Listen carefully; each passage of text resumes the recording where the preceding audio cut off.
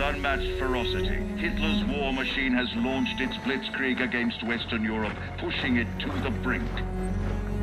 As we brace for our darkest hour, we must summon our strength to be the bulwark against oppression.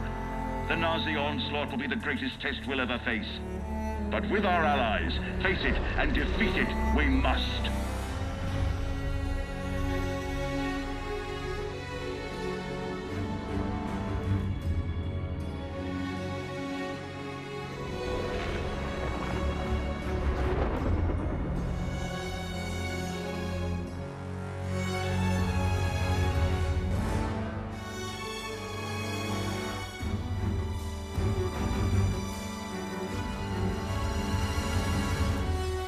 This day we set upon a mighty endeavor, a struggle to preserve our civilization and to set free a suffering humanity.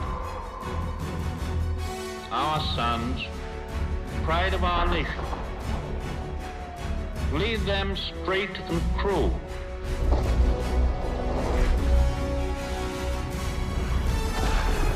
Their road will be long and hard. Men's souls will be shaken with the violences of war. In this hour of great sacrifice, we shall prevail.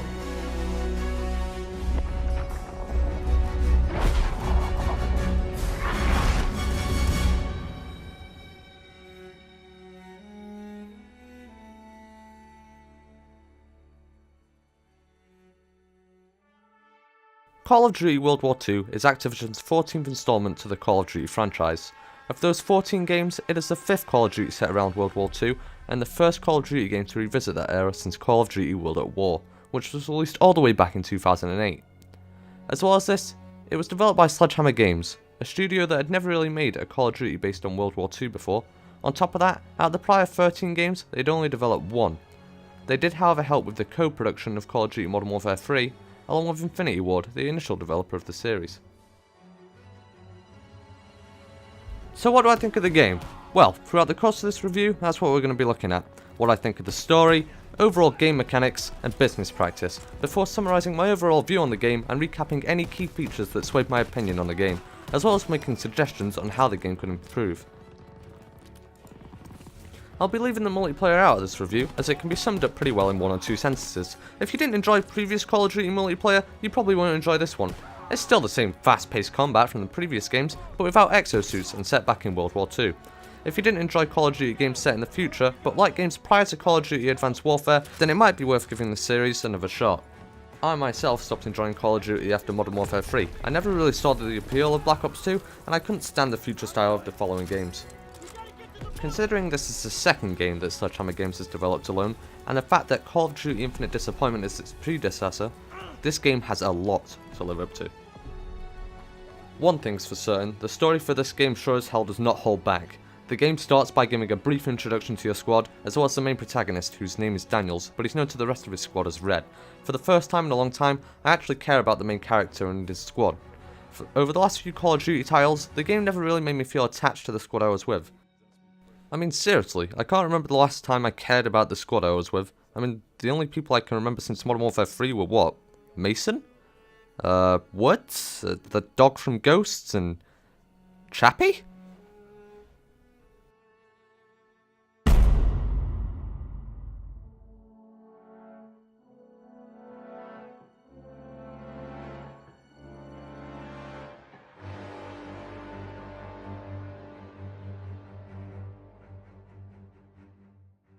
Straight after the introduction with your squad, you're thrown straight onto a boat and set sailing for the Normandy landings for what would later be known as D-Day. It's on this boat you learn a little of the main protagonist's background, as he leaves notes for his brother in a diary. I think the way that Sledgehammer do this is brilliant, because it really helps build Daniel's character, as well as show the reasons he's fighting so hard in the war. He's not just another super soldier ready to run in and blow up everything for no reason. The D-Day mission itself truly captures the horrors of war, as from the second the ramp drops on the landing craft, there is nothing but blood and bullets. As well as this, it shows how Daniels is really affected as he stumbles to the ground instantly, before pulling himself out of the boat and desperately trying to reach the front line. It really is nice to see a Call of Duty game where once again you're just a simple soldier that's part of something much bigger instead of a superhuman with a jetpack and a laser gun. So, I know what you're thinking. The game's thrown us into Normandy landings, one of the most brutal battles in history. I feel as though that's a good way to start a game, but how can they top that? Well, somehow they found a way, because in the next few missions you 1. Shoot down a load of planes with an AA gun. I mean, how cool is that?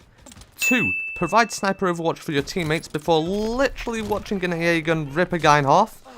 Okay. And 3, well, I think this footage speaks for itself.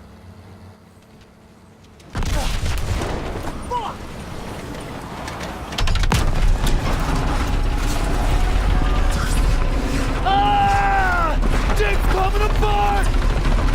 Jump! Shit!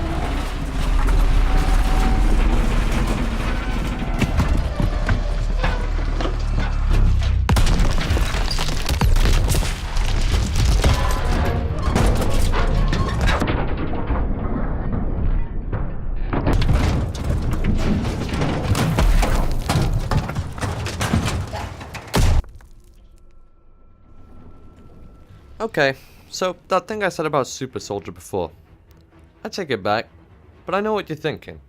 Luke, flip a train? Well, there's no realism in that at all. There's no way that had happened during World War. Shh, okay? Alright, so I'm going to be clear about this one. This game can go over the top in a lot of places, and if you're playing this game looking for 100% historical accuracy, you're probably not going to find it. But that's not necessarily a bad thing. I mean, this game after all is about World War II. And in no manner could such an event ever be explained as fun. But that's why it's a game. The game has to go over the top in places in order to make it fun. However, at the same time as all this, it does make sure to respect key elements of the war such as the horrors, the mass casualties, and the weapons used and battles fought. The list goes on. And I think that's a good thing, because it helps people get a feel for what really happened in the war, but at the same time allows you to have fun with the game. And something I did notice about the campaign is the fact that it lets you experience everything, every last inch of the war. And that's why I enjoy it so much, because it doesn't hold back, yet somehow keeps it semi-realistic and enjoyable. Examples of this would be the vehicle missions, such as the tank and plane missions. Daniels is in no way trained to operate any of these vehicles, so it'd make absolutely no sense if he could operate them. That's why you take control of another soldier who can. This is another small thing I like about the game, because it lets you experience more parts of the war and more variety in conflict, but it still keeps some level of realism for those who want to be hypersensitive about it. One small issue I did have with the tank, however, was the fact that the controls felt a bit janky, and sometimes the tank wouldn't go where I wanted it to, just simply because it wouldn't rotate in the right direction. I don't know if this was a problem with PC controls or if this is a problem with controllers on console as well, but it just seemed to be really slow and the scaling for the sensitivity didn't feel right. The plane, however, handled beautifully, and even though it had a lock-on mode which I feel was more there for cinematic purposes, I found myself rarely needing it. It just handled so well, and planes seemed easy to take out the sky. Something I loved most of all about all these missions is the fact that they weren't even their own missions. They were missions within missions, just objectives. I think this is a good move by Sledgehammer as it helps craft longer missions where the player will feel more accomplished by the end. As well as this, they'll be able to see their actions as the soldiers on the battlefield once the objective is complete.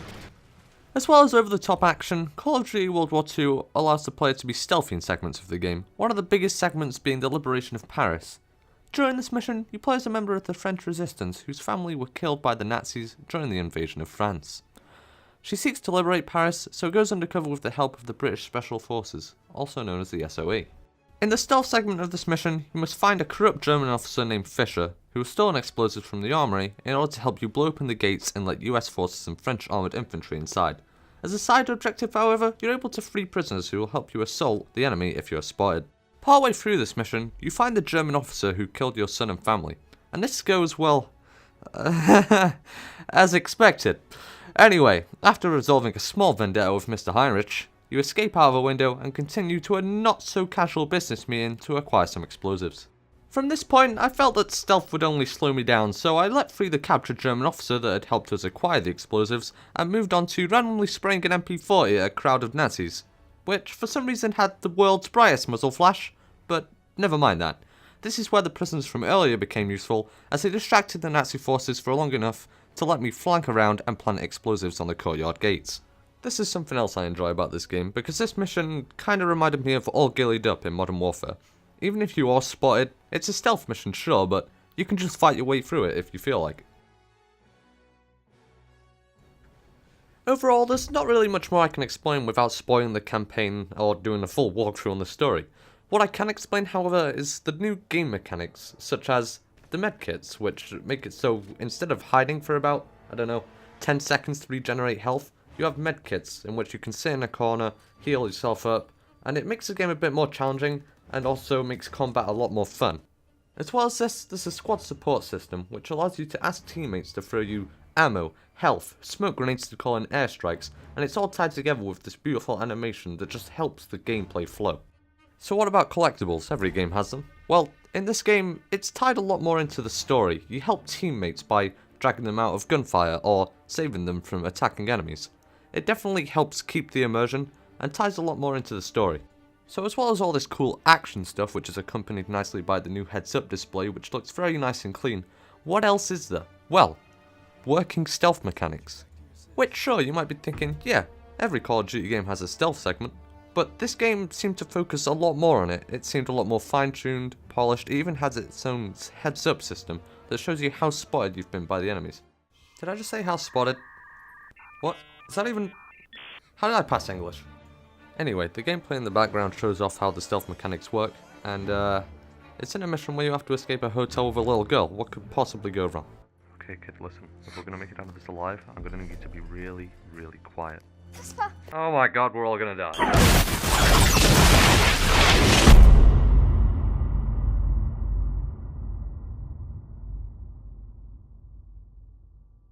So, everyone's favourite topic, business practice. Since Activision are the publishers of the game, I find it's only fair to mock most of the business decisions back to them. So let's do this in the old-fashioned way. Pros and cons. We'll start with cons. So, what are some bad things about Call of Duty World War II? Well, the first is there's still supply drops, which, sure, they're only cosmetic, but I just think it's a bad business practice overall. As well as this, I'm really not a fan of the Season Pass business model. I mean, you're paying what is nearly the price of the full game just for some more maps. And other than that, I can't really think of many more bad things. So, on to pros.